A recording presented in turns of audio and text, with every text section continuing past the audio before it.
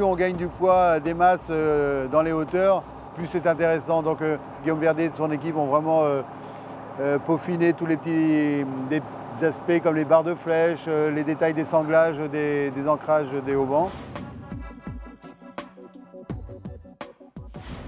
Pour essayer de gagner du poids. Et puis Safran a contribué à 2 niveaux. Ils ont aidé Guillaume Verdier à approfondir les calculs en dynamique. Et puis pour la réalisation de ce rail qui intègre également la structure de la face arrière du mât. Ouais.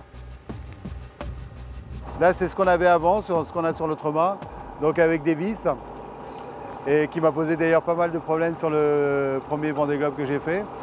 Et là aujourd'hui on est sur une techno assez perfectionnée qui va bientôt être sur les moteurs d'avion d'ailleurs. Et donc on a un gain de poids, un gain de fiabilité également, et puis un gain au niveau du coefficient de glissement pour les chariots de grand voile. Donc on gagne dans tous les domaines.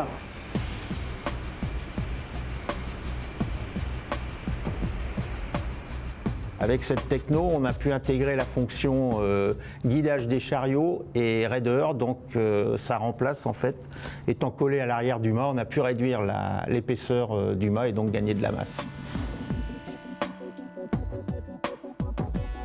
La difficulté, c'était de tisser des fibres de très haut module, ça on ne l'avait jamais fait, et d'injecter des morceaux de 8 mètres de long.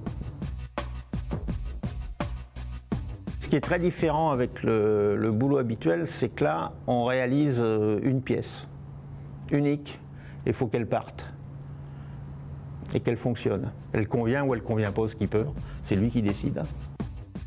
En termes de process de fabrication, c'est des pièces qui sont assez compliquées à fabriquer.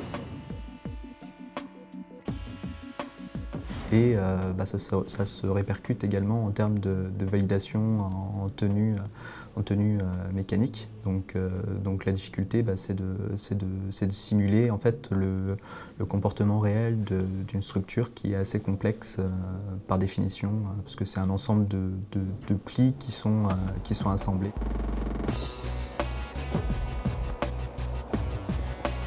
La grand voile, 170 mètres carrés à hisser, c'est toujours difficile.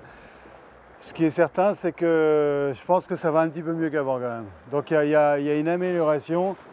Écoute, ça on le verra sur la durée quand on sera sur une vraie course en solitaire et il faudra pour la 10e fois enlever, passer du premier riz à grand voile haute, et là on se rendra compte vraiment s'il y a une amélioration. Enfin, ce qui est sûr, c'est que tout ce qui a été fait va dans le bon sens.